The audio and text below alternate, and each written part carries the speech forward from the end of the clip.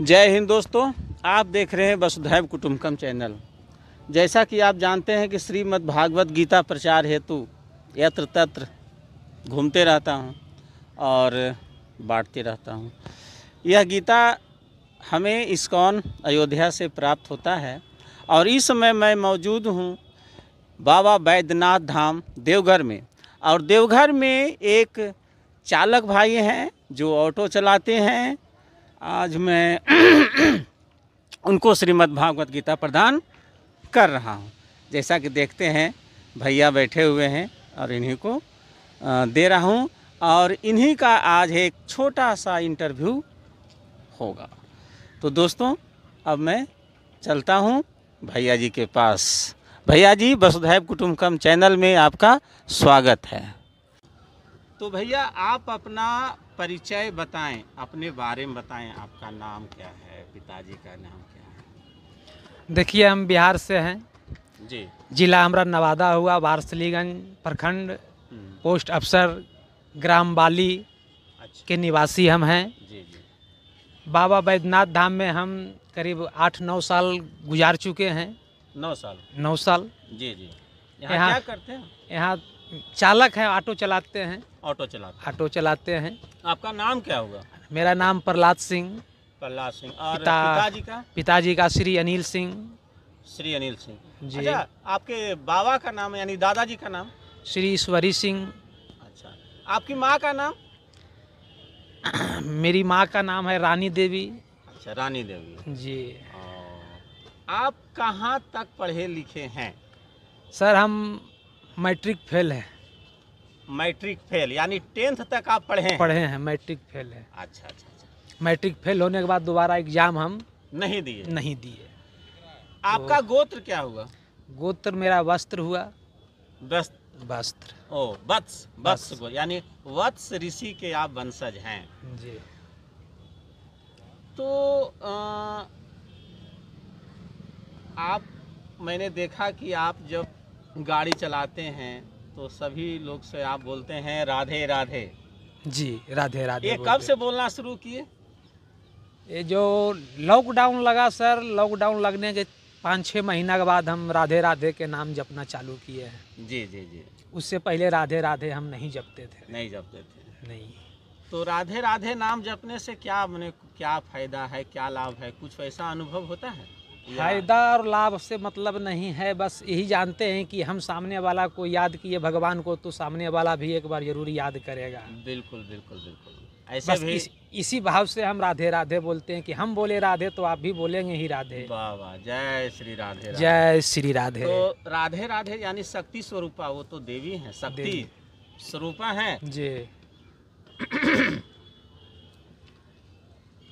आप किनके शिष्य हैं? शिष्य तो अभी हम किन्हीं को नहीं माने हैं कि हम इनका ही पर्सनल शिष्य हैं। जी जी। सभी को याद करते हैं। सभी को याद करते हैं। हाँ, ये पर्सनल फिक्स नहीं है कि इनका ही शिष्य हम बन चुके हैं, मगर जी, हम जी। ये हाथ में क्या है? ये देखिए, रुद्राक्ष। ये कब से पहनते हैं? ये करीब 6 महीना से हम पहन रहे हैं। अच्छा, ये कब धारण किए, कैसे धारण किए? धारण यही रोड पर कोई बेच रहा था, उसी हम्म। वजह से हम इसको खरीद लिए। जी जी। 10 रुपया कीमत लगे वाला, क्या कीमत है वो, तो रुद्राक्ष समझ के इसको हम धारण कर लिए। ऐसे ये जानते हैं प्रहलाद जी, ये जो रुद्राक्ष है ने, ये अधिकतर, ऐसे तो कोई भी पहन सकते हैं, लेकिन अधिकतर जो शिव शिष्य परिवार होते हैं वो ज़्यादा इसको धारण करते हैं। नहीं, ऐसा तो हम कुछ नहीं माने हैं कि हम शिव शिष्य हैं या कृष्ण शिष्य हैं। हाँ हाँ हाँ। बस राधे राधे जपते हैं और ये मिल गया तो इसको हम धारण कर लिए, उस दिन से धारण करके रखे हैं। आपके कितने बाल गोपाल हैं? बच्चे कितने हैं? 2 बच्चे, 1 बच्ची है। 2 बच्चे, 1 बच्ची। जी। पढ़ाई लिखाई उन लोग का हो रहा है? जी, हो रहा है। बच्चा बच्ची में भेदभाव करते हैं कि नहीं? जी नहीं, उसमें क्या भेदभाव है? तो बच्चा तो तीनों बच्चा मेरा ही है। भेदभाव नहीं करते हैं लड़का लड़के में? कोई भेदभाव नहीं है। लेकिन बहुत सारे तो लोग करते हैं। बहुत लोग करते हैं, हम नहीं करते हैं। तो उनको कुछ कहेंगे जो करते हैं? क्या उनको क्या, हम जब देखेंगे तब ने कुछ बोलेंगे। भाई, बच्चा तो बच्चा है, तीनों बच्चा मेरा ही है। हाँ। अब उसमें हम किसको भेदभाव क्या करेंगे? नहीं, ऐसा होता है ना कि लड़के लोगों को बहुत बढ़िया बढ़िया स्कूल कॉलेज में पढ़ाने के लिए भेजते हैं, और जो बच्ची रहती है उसको कहते ना, इसको उतना पढ़ाना लिखाना क्या जरूरी है? नहीं ऐसा तो नहीं, हम तो तीनों को एक साथ ही भेज रहे हैं। हैं? तीनों को एक के स्कूल में भेज रहे हैं। हाँ हाँ, बच्चा हो या बच्ची हो, तीनों एक साथ पढ़ो। वाह, यानी भेदभाव नहीं होना चाहिए। भेदभाव नहीं है, कोई भेदभाव नहीं है। अच्छा, पूजा पाठ करते हैं आप? तो तिलक लगाए हुए हैं तो जरूर पूजा पाठ करते हैं। पूजा पाठ तो सुबह पर उठने के बाद हम जब तक नहाते नहीं तब तक गाड़ी लेके निकलते ही नहीं है। और हाँ, ऐसा भी कसम नहीं खाते हैं कि मतलब गाड़ी लेके कभी कभी बगैर स्नान किए हुए निकल जाते हैं। जी जी, वो तो समय समय की बात है, अभी तो कोई गारंटी नहीं है। गारंटी नहीं है। ऐसे 30 दिन में 28 दिन कंफर्म है कि हम नहा धोआ के पूजा करके ही गाड़ी लेके निकलते हैं। जी जी जी जी। 2 ही 3 दिन गायब हो गया बीच में तो उसके लिए कोई बात नहीं है। हम्म। बाकी दिन स्नान करके ही निकलते हैं। और आपके मिसेज क्या करते हैं? लक्ष्मी जी क्या करते हैं वो? तो घर का ही काम, घर यानी संभालते।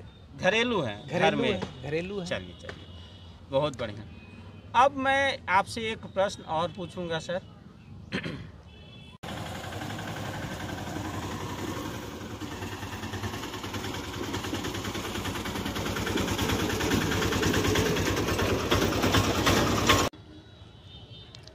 तो चालक भैया, आपको श्रीमद् भागवत प्रदान किया गया है और आप माथे पर तिलक लगाते हैं, पूजा पाठ भी करते हैं, बहुत बढ़िया बात है। तो हमको जरा श्री कृष्ण जी के बारे में कुछ बताइए, क्या जानते हैं? देखिए सर, श्री कृष्ण भगवान तो है ही है। बिल्कुल बिल्कुल भगवान है, और लोग भी मानते हैं उनको भगवान जी।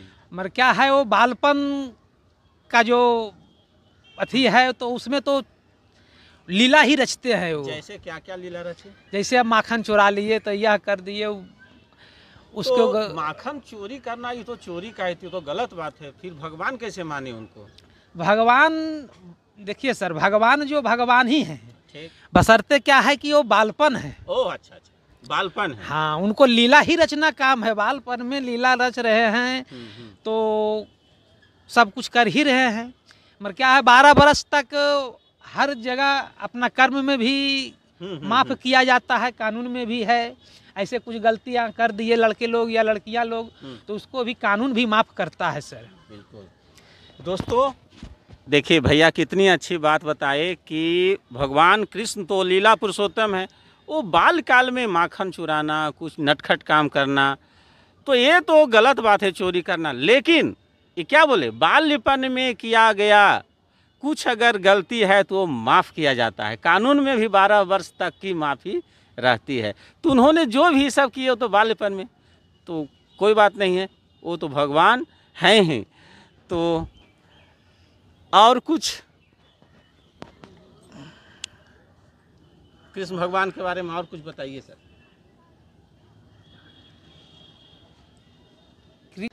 तो दोस्तों अब मैं भैया से कुछ और प्रश्न, तीखे सवाल पूछ रहा हूं और एक जानना चाहता हूं कि एक ऑटो चालक भैया के पास और क्या बता सकते हैं। तो मैं इनसे अगला प्रश्न कि श्री कृष्ण से हम लोग और क्या सीख सकते हैं? 1 या 2 उदाहरण देकर थोड़ा बताएं, आपकी नज़रों में क्या सीख सकते हैं?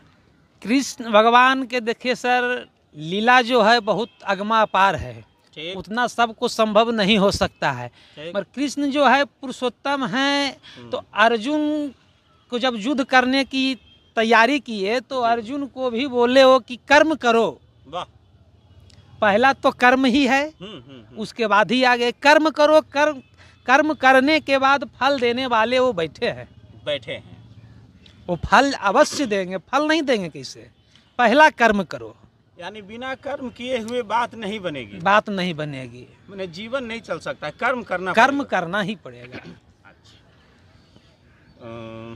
चलिए, ये तो मैंने गूढ़ बात बताए कि अगर जीवन जीना है, जीवन में आगे बढ़ना है तो कर्म करना ही, विकास करना है, डेवलप करना है तो कर्म करना है। दोस्तों अब मैं अगला प्रश्न पूछता हूँ कि ऐसी धारणा है कि धार्मिक ग्रंथ श्रीमद् भागवत गीता, वेद, रामचरितमानस, रामायण, ये सब जो धर्म ग्रंथ हैं वो जो अपना जीवन आधा व्यतीत कर लिए उनको पढ़ने हैं, बच्चे को पढ़ने के लिए सब मना करते हैं। तो आइए भैया से जानते हैं कि क्या श्रीमद् भागवत गीता बच्चे को भी पढ़ना चाहिए, या सिर्फ बच्चे को स्कूली शिक्षा ही दी जानी चाहिए, या दोनों दी जानी चाहिए? इस पर विचार जानते हैं कि भैया क्या सोचते हैं कि बच्चे को भी श्रीमद् भागवत गीता पढ़ना चाहिए या नहीं पढ़ना चाहिए? आपका क्या विचार है? श्रीमद् भागवत गीता या और अन्य प्रकार का बुक है सर, रामायण जैसे हनुमान चालीसा भी हो गया जी। तो बच्चा हो या बुजुर्ग हो, सुबह स्नान करने के बाद सभी आदमी को एक बार पढ़ना चाहिए। पढ़ना चाहिए।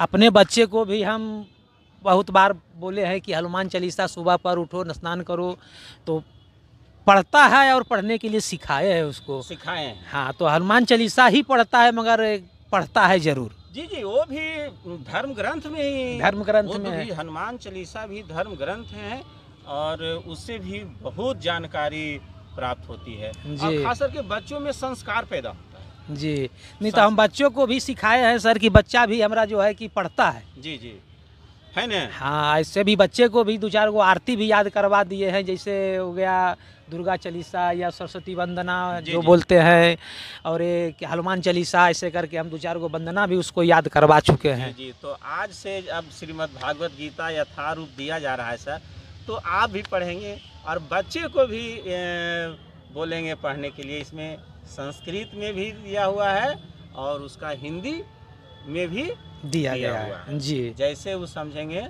वह पढ़ेंगे। जी। माता पिता आपके अभी हैं? जी जी जी पे? जी जी जी। अच्छा अच्छा, माता पिता दोनों हैं। दोनों हैं जी।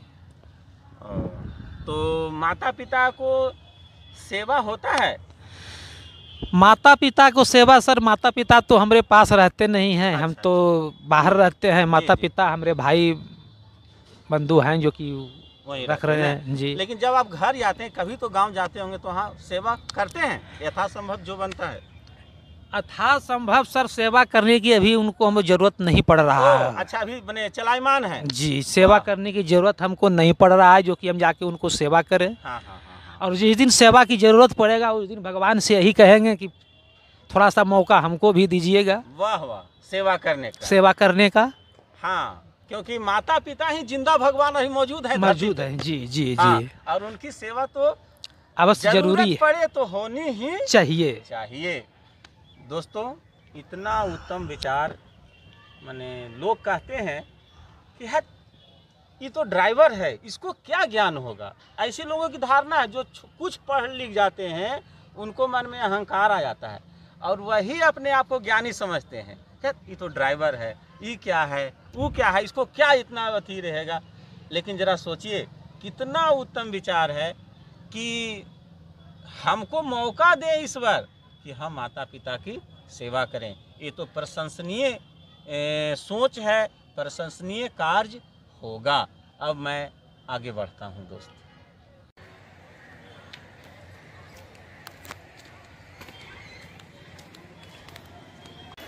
चल